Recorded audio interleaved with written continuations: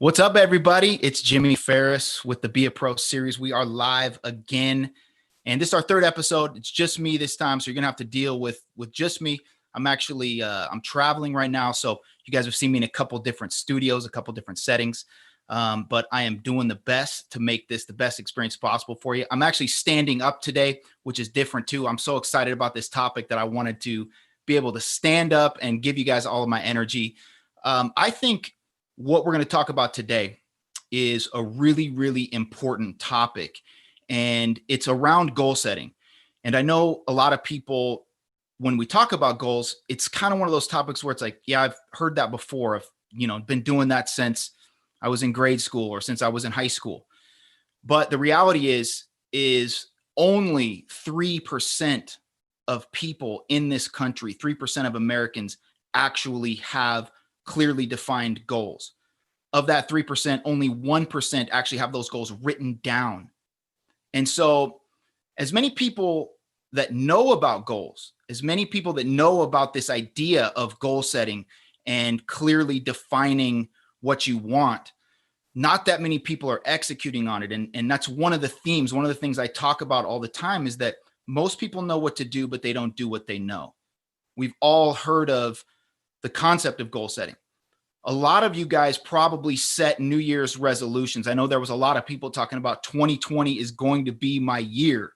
This is the year when I'm going to make it all happen. And then a number of things hit early on in the year. Late February, early March, we started talking about COVID and this pandemic. And we went into a shutdown. A lot of people were laid off. A lot of people lost their jobs. A lot of businesses had to close. A lot of those businesses might not reopen. So a lot of the plans that a lot of us had for ourselves really went out the window in late March, early April. And so what I wanted to do today is I wanted to come on just by myself and talk about this topic of goals, because I think right now we're coming up on July 1st, right? So the halfway point, halftime in the year. And I think this is an opportunity for us to all kind of take a deep breath, reevaluate, and reset. Okay, we can revisit those things that we said that we wanted to accomplish, those goals we set right around New Year's, some of those resolutions that we made. We can reevaluate those. We can see where we are. Are we on track? Were we one of the small percentage of people that's really been unaffected by COVID and by this pandemic and by the shutdown? Or are we in that group of people that's really had everything flipped upside down? People who are really looking at the next 6 months of the year thinking, I don't know how I'm going to make this thing work. I don't know how I'm going to keep it together.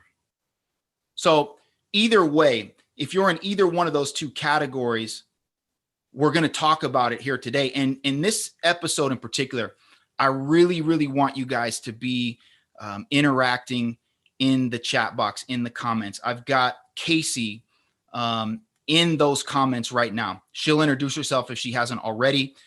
And Casey's going to take your questions. She's going to relay them to me. So if any of you guys have questions around goals or how to reset or some strategies for you to maybe make a big move in your career, maybe take a leap, maybe get outside your comfort zone, maybe leave a job that you've been in for a number of years that's been a little bit affected by the pandemic, and this is a perfect opportunity for you to jump out of it. So regardless of what situation you're in, like I said, whether you've been relatively unaffected or you're somebody that's really kind of had their whole life turned upside down, let's talk about it today. I don't think enough people are really talking about this and consciously thinking about what they need to do to prepare for the next 6 months of the year so that we can close out 2020 strong, regardless of the circumstances, right? We have to become people who think in terms of creating our own economy. We can't let what's happening in the world economy or the economy of the United States dictate whether or not we're going to be successful, dictate whether or not we're going to be able to achieve our goals. So I want to lay kind of the groundwork right here, give you a blueprint that we can place right on top of any plan that you have, any goals that you have to move forward. And again, So many people talk about goals. So many people have heard of that topic. It's really basic. It's goal set, or it's personal development 101, goal setting, right? Nothing new, nothing special. But are you doing it? And do you know how to do it effectively? And are you actually reaching those goals and getting those outcomes that you want? That's the question. And that's what I want to address here today. First, I just want to talk quickly about kind of goals in general and why it's important.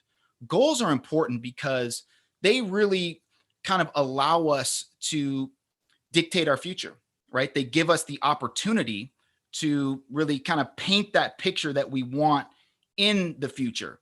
They give us that opportunity to set something out there that we say we want to achieve, that we can hold that firm in our mind, again, writing it down, and then put steps in place, put a plan in place to ultimately achieve that. And I think it's really, really important that we follow a really basic process. And one of the most basic goal setting formulas out there is this idea of SMART goals. And any of you guys that may have read the description of what I wanted to talk about today, one of the things I want to address is why I think SMART goals are really silly, why I think SMART goals are dumb, quite frankly. In some cases, I think SMART goals are the thing that are holding people back from really achieving their goals and really living their ideal life and achieving those big dreams, right? We've all heard about SMART goals: specific, measurable, attainable, relevant or realistic, and time bound.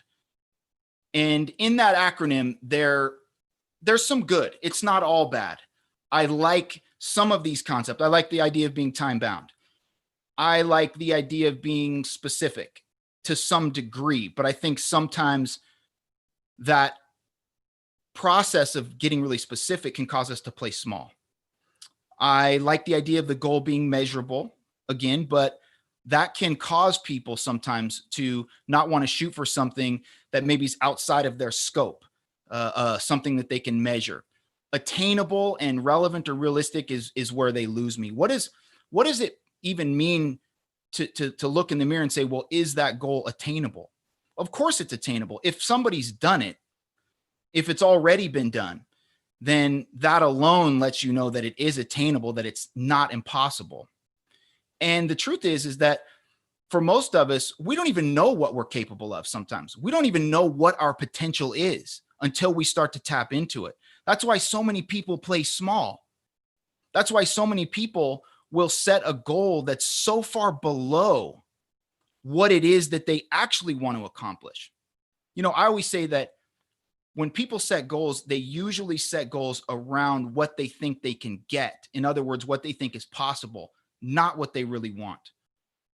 And that's what this idea of SMART goals really does, in my opinion, is it sets you up to set a goal that you think is possible, that you think you can get, not what you really want. A lot of you guys have heard my story about setting that goal when I was 10 years old to play in the NFL. Still have the sheet of paper. My fifth grade teacher passed it out to us. And 3 times on this sheet of paper, I wrote that my ultimate goal, my secret wish in life, and my lifelong goal is to play pro football. There was another piece of paper that was attached to that little packet that my teacher handed out. And it was basically a sheet of paper with a blank picture frame in it. And it said, draw a picture of yourself in 15 years, right? Visualize the future. So powerful for a 10-year-old to undergo an exercise like that. This is still something that I do today in my 40s, is visualize and draw pictures and paint pictures of a compelling future, an ideal version of myself in the future. But back then, when I was 10 years old as a fifth grader, I drew a really poor picture of myself in a New York Giants uniform. And I said that in 15 years, I'll be playing linebacker for the New York Giants. And again, some of you guys that know my story know that I never played linebacker and I never played for the Giants. But I played 6 years in the NFL as a wide receiver. I won a Super Bowl in 2001 with the Patriots. And all of that was only possible because back when I was 10 years old, I set a big goal. I identified a dream that I wanted to pursue. Now, if I would have set a SMART goal when I was 10, do you think I would have chosen that in 15 years, I was going to be a linebacker for the New York Giants? Do you think I would have written down that my goal was to play in the NFL at all? That wasn't realistic. That wasn't something that was possible. Nobody I knew had done it. I'm a small, skinny, slow kid in a small town in Idaho that had produced 0 NFL football players in the history of the town. If I would have set a goal, if my teacher, when I set that goal, would have said, well, you might want to reevaluate that and make sure that that's attainable or that it's possible. That's ridiculous. And that's my problem with SMART goals. And so I want to break this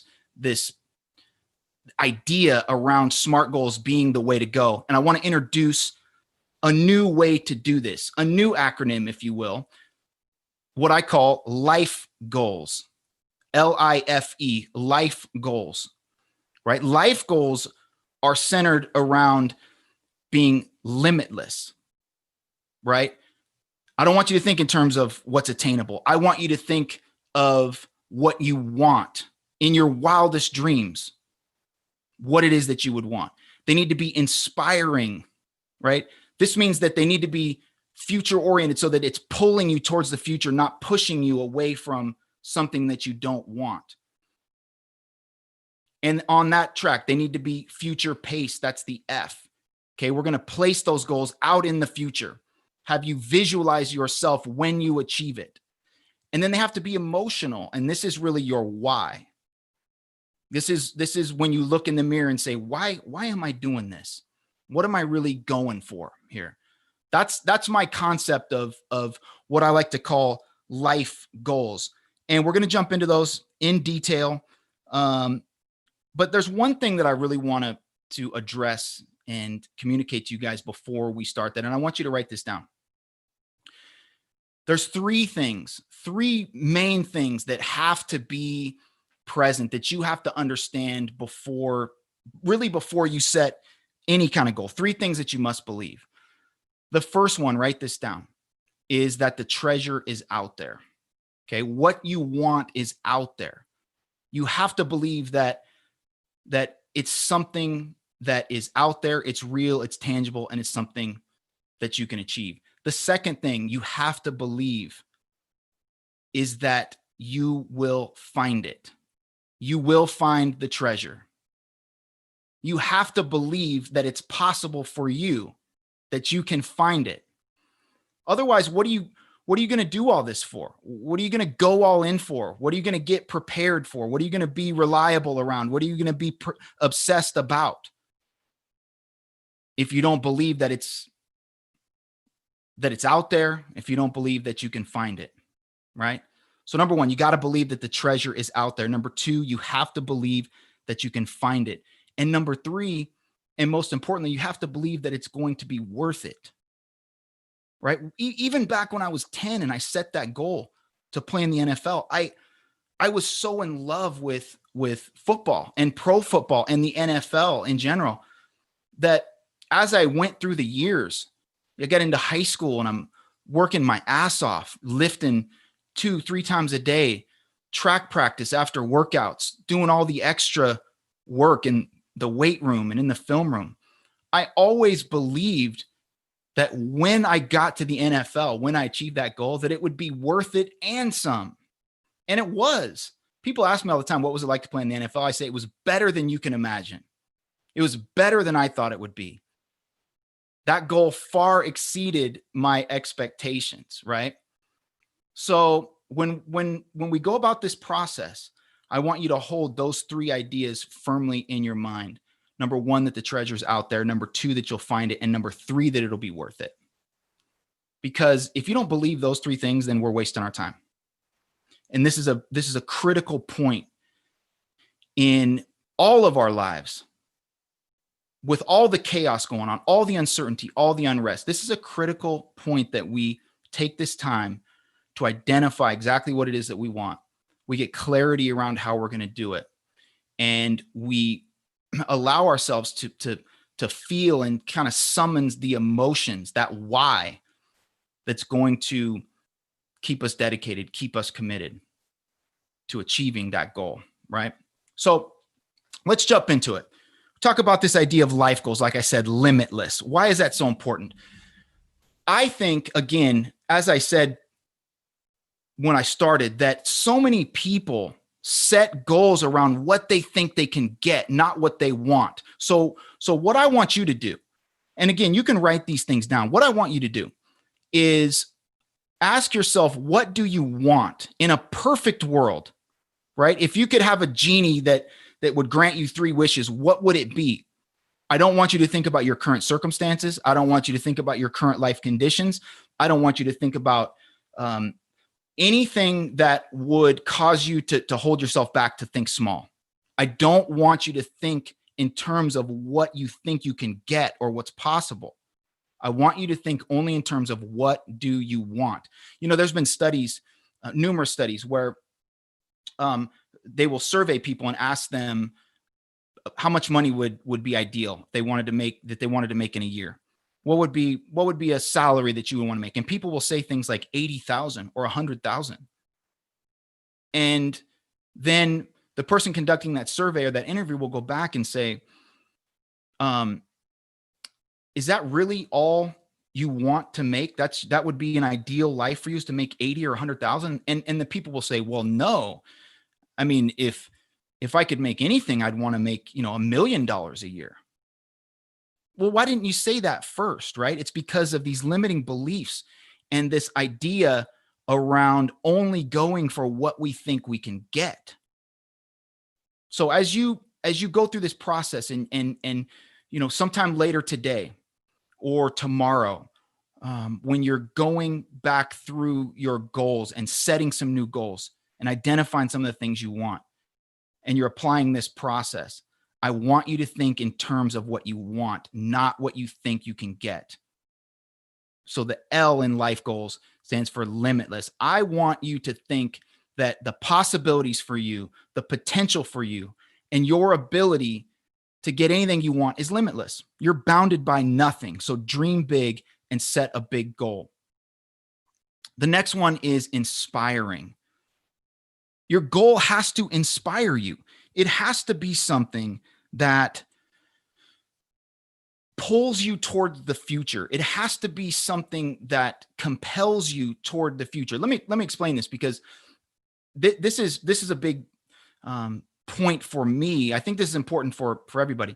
Have you ever heard somebody say, when you ask them, hey man, what's your goal financially? And somebody will say, man, I just don't want to be broke.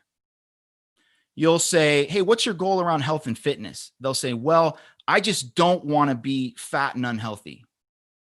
So what they're telling you is that their goal is centered around something that they don't want to be versus what they do want to be, right? So they're looking back and looking at what they don't want and pushing away from it and saying, I don't want that. So I'm trying to look back and move away from that thing, versus looking forward to something that they do want and being pulled towards that thing. Do you understand that difference? So for a goal to be inspiring, it has to be centered around a compelling future. So rather than visualizing yourself as a broke person and saying, I don't want that, what we want you to do is, I want you to visualize yourself as a wealthy, successful person, and visualize what that would look like, what your best ideal self would look like, and let that goal inspire you to move towards it. That's a big difference. From a mindset perspective, that shift is huge. I've worked with so many people over the years that when I ask them what they want, they will say, well, I just don't want to be, and you fill in the blank, right? So that's really a language pattern shift. That's a mindset shift. So when you're setting your goals today, later today, tomorrow, I want you to think in terms of, what do I want? Not what I don't want. It has to be inspiring. It has to be something compelling in your future. that pulls you towards it, right? I want it to be inspiring. Set a goal that says, I want to be healthy in the best shape of my life and love the body I see every day when I look in the mirror. That's compelling because you can imagine what that person looks like. You can imagine getting in front of the mirror and seeing yourself and thinking, yeah, I like this. I like this, right? I want your goals to be limitless, inspiring. And number 3, the F in life goals is future paced, future oriented. Again, this goes back to some of those concepts that we talked about before. There's a very specific way to set a powerful goal, future paced, future oriented. Okay. So the mindset has to be that this is something that I want to become in the future, right? The mindset needs to be centered around that versus something that I don't want to become, something from my past or something that I've seen in my past that I don't want. So it needs to be future paced or future oriented in the sense of it's something that you want to become in the future. The second part of it is this, and this is big. This is how you're going to write this goal, how you're going to speak this goal to yourself. I usually take most of my goals and write them down on a 3x5 card that I carry around with me, where I've got it on a coffee table or on a nightstand, or I can read it. And here's how you future pace or future orient a goal. You decide what day you want it to be completed by. So let's just say it's December 31st, 2020. So the way you're going to write that goal is going to sound something like this. It is December 31st, 2020. And I am so happy and grateful now that I have $10,000 in my bank account and all of my bills are paid for. It is December 31st, 2020. And I am so happy and grateful now that I am 195 pounds, lean, in great shape, and I love the way my body looks. So whatever your goal is, it needs to be formed like that, future paced with a date set and framed as if you've already achieved it, right? That's why it's important to say it is now December 31st. You're basically talking to your subconscious mind when you state anything in those terms. That's probably a whole nother video. We can do a whole nother series on self-talk, the subconscious mind. But when you frame it in that context, your subconscious mind will believe that that's already true and go about the process of installing actions, habits, behaviors that will make that true, right? So anytime we read these goals to ourselves, we write it down and then we read it and we carry around a note card, or we put it on our phone in the notes on our phone. It needs to be stated in those terms, in those future paced terms. It is now December 31st, 2020. And I'm so happy and grateful now that I've lost 10 pounds. I'm lean. I love the way my body looks, etc. Right? Future pacing it. So when you write your goals out, again, tonight, tomorrow, over the next couple of days, once you determine what that goal is, then I want you to write it in that way. It is now, put the date, and I'm so happy and grateful now that, and then fill in that goal. Guys, it seems so simple, but I promise you it's powerful. I should have brought some of my goal cards and shown you guys for proof or evidence of that. I literally write every goal just that way. I've got 3x5 note cards all over my house at various stages, various places, so I can read them before I go to bed. A lot of them are bookmarks and books that I'm reading. So every time I open the book, I look at it and I read that goal. And some of them are future dated 10 years. I've got goal cards that say it's now December 31st, 2030. And I'm so happy and grateful now that, so there's no end. Again, I want you to think big, limitless thinking, right? So back to this idea of life goals: limitless, inspiring, future paced. And the E, the last piece, the last component of this is emotional. This is the why. You have to have a powerful why, or you will lose motivation, commitment, dedication to anything that you're doing.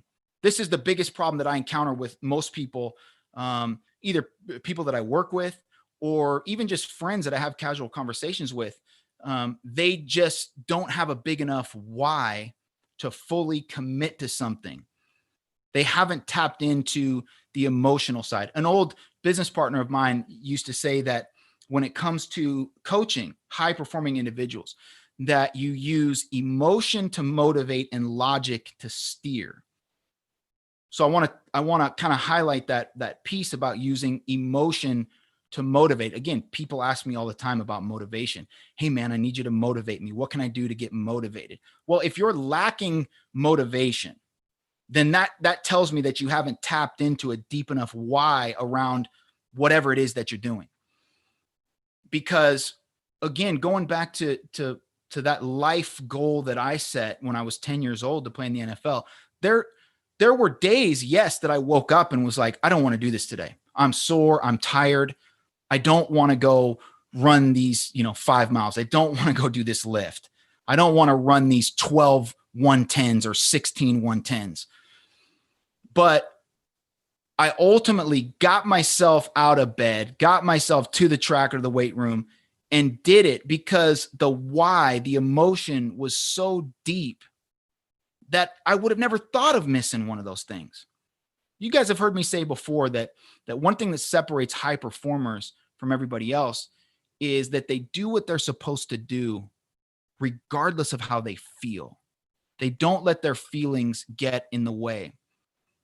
And in order to get to that point, we have to lean on our self-discipline and we have to lean on our emotional motivators, on our why. How many of you guys have ever heard somebody tell you, you ask them, man, how do you do this? You hear these stories of a single mom that's working 3 jobs, and you'll hear this woman being asked by an interviewer or a documentary or something like that, and somebody says, man, how do you do this? And she'll point down to her 3 kids and say, because of them. That's an emotional motivator, right? All she has to do is look at her 3 children or think of her 3 children. And that is all the motivation that she needs to get up every day and do the things that she has to do. Now, I can't tell you what your why is. I can't tell you what that thing is going to be for you. I can only give you examples. I just went through this recently for myself. I retired from football 10 years ago. And in the last 10 years, I've stayed consistently working out. I've stayed consistently in the weight room, but not as hard and not as much as I used to be when I was playing football. I've stayed consistently on a decent to terrible diet. I know a lot of you guys probably feel me on that. A lot of my friends watching are like, yeah, dude, you've had a really bad diet at times.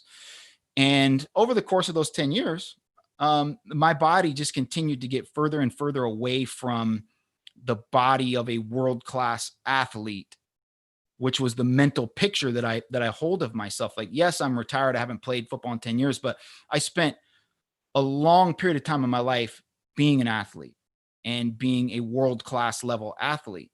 And so I continued to look at myself in the mirror and I'd look at my body and think, this is terrible. This is unacceptable. But I didn't have a big enough why to change it. When I would ask myself, all right, let's make this change. Why do we want to do it? Where I used to have the motivation of saying, because I want to be the best football player I can possibly be. It's imperative that I'm in shape to be the best I can be the quickest, fastest, strongest. I had other teammates that were working their butt off to be their best. So I was comparing myself to them and didn't want to fall short from them. Had coaches that I wanted to please and wanted them to see that I was working hard. All these different reasons, right? It was my career. It was my livelihood. It was how I put food on the table. That was a pretty big why. But when I retired, my only why was that I wanted to look good. If I go to the beach or take my shirt off, I want to look good. And it just didn't do it for me. So all those years I would look in the mirror and say, I don't like how I look. I want to change it. And then I'd go back to eating Snickers and ice cream and donuts and you name it. But just this past February, some things started to change for me. I went 100% all in, coaching this philosophy of be a pro. And I was doing these seminars and getting on coaching calls and telling people that I was coaching about discipline and commitment and, not negotiating with yourself and being your absolute best. I was going in on all of these things that would help these people who were already high performers go to the next level. Again, we were talking about things like commitment and dedication, being congruent, right? Your actions and your behaviors in line with who you say you are, all these things. And if I'm honest, at that period of time, I was nowhere close to being a pro. I was basically living in the past. I was coaching people to do what I used to do. And again, I made that decision, like, this is not going to cut it. If I'm going to do this and do it effectively, I've got to be all in. People are going to be able to read the lack of authenticity. How can I tell you to get up at 6 a.m. and go through a morning routine and get a workout in if I'm not doing it? And so I'd come home from a trip from San Diego and I got on my scale in my bathroom and just couldn't stand what I saw, looked in the mirror, couldn't stand it. And I said, that's it. No more. And I called my good buddy, Josh Perry, who I'd been talking to for 2 or 3 weeks at that point in time about the ketogenic diet and the keto lifestyle. And I called him, I said, Monday, I'm in, let's do it. What's the first thing I need to do? And he took me just through this process. A couple months later, down 20 pounds, all fat, still got my muscle mass, feel as good as I felt in 15 years. I look as good at 42 as I did when I was 22. And it was all possible because I finally found my why. Because I could have done that 5 years ago. I could have been doing that the whole time, but I didn't want to. I didn't have a big enough reason. I didn't have that why. And that's the biggest thing that I want to leave you guys with is none of this matters if you can't tap into those true emotional motivators that will get you out of bed every single day to go do the thing that you need to do to achieve the goal. Because you're going to have to do things you've never done. You're going to have to get out of your comfort zone. I always like to say that when going for a goal, it's not about what you get, it's about who you become in the process. And the reason why that's important is because you will have to become somebody different in the process of going for that goal. Not at your core. You're not going to become a whole different person, but you will change. You will have to adopt new habits, new behaviors, new practices. You will become somebody different in the process. However big or small that is, that's up to you. But in order for you to turn this thing around right now, wherever you're at in your life, like we talked about at the beginning, whether COVID and the pandemic and the shutdown has totally turned your life upside down and you need to reset. You need to reevaluate and you need a new plan moving forward. Or whether you're somebody that has been able to weather this pretty well, but the things that have been happening in the last couple of months have caused you to start thinking about maybe going in a different direction. I talk to a lot of people on a weekly basis that are like, I've been thinking more now than ever about quitting my job and pursuing that new career, pursuing that dream that I've had, going for it. So whichever one of those two you are, I just want you to know that, number one, it's out there. The treasure that you seek is out there. Number two, you will find it. If you're committed to it, you will find it. And number three, it will absolutely be worth it. Trust me when I say that, it will absolutely be worth it. And if you apply this little blueprint that I gave you today, this idea of life goals, right? To write out a set of goals that are limitless, inspiring, future-paced, and emotional. I promise you, you can get from where you are now, wherever that is, to where you want to go. It doesn't matter where you're at on that scale. If you would say right now, man, things are really tough on a scale of 1 to 10, I'm probably at a 3. Let's get you to a 5. That's progress. And as you guys have heard me say before, progress equals happiness. We are the most happy when we are progressing. So if you're at a 3 or a 4, let's get you to a 5. Implement this process of getting clarity around your goals and putting the things in place necessary to achieve those. Let's put this into practice and get you to a 4 or a 5. If right now life is pretty great and you're at an 8 or a 9, why not go for a 10? Right? There's always room to grow. There's always room to get better. I talk about that at length in the Be a Pro seminar. That's what Be a Pro is all about, is becoming and living your absolute best self, being the absolute best version of yourself. You look at the best athletes in the world, in the history of pro sports. You talk about guys like Jordan, Kobe, LeBron, Tom Brady. Those guys are the best to ever do it, and they're still looking for that little 1% here, 1% there to make them better. They're still looking for things that can give them just that little extra to get better. They refuse to settle for the status quo. They refuse to look at everything that they've done and everything that they've achieved and say, well, that's enough. I'm good enough. They're trying to get better. So regardless of where you're at, I want you to adopt that mindset that my job every single day is to get better. My job every single day is to progress. My job every day is to wake up and take one step towards becoming the best version of myself.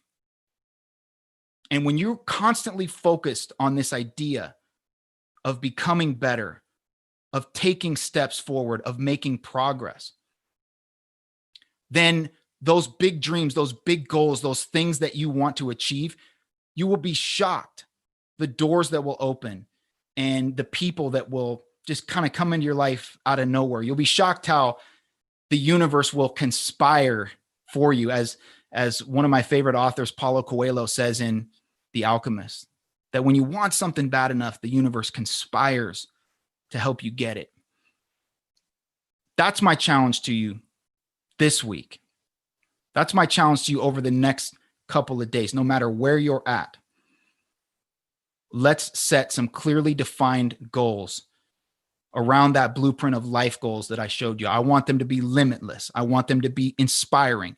I want them to be future paced, and I want them to be emotional.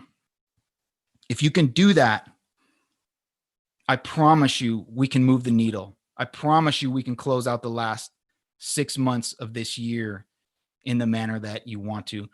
Guys, as always, I appreciate you tuning in today. Hope this was valuable for you. That's my goal here. That's my goal with this series, is to just provide valuable insights into things that you might be struggling with, help you move the needle forward, give you a couple tools that can help you build and become and live that best version of yourself. We'll be back on Thursday. I've got a special guest on Thursday. Please tune in on that. And as always, I would encourage you today, go out and be a pro. Thanks so much.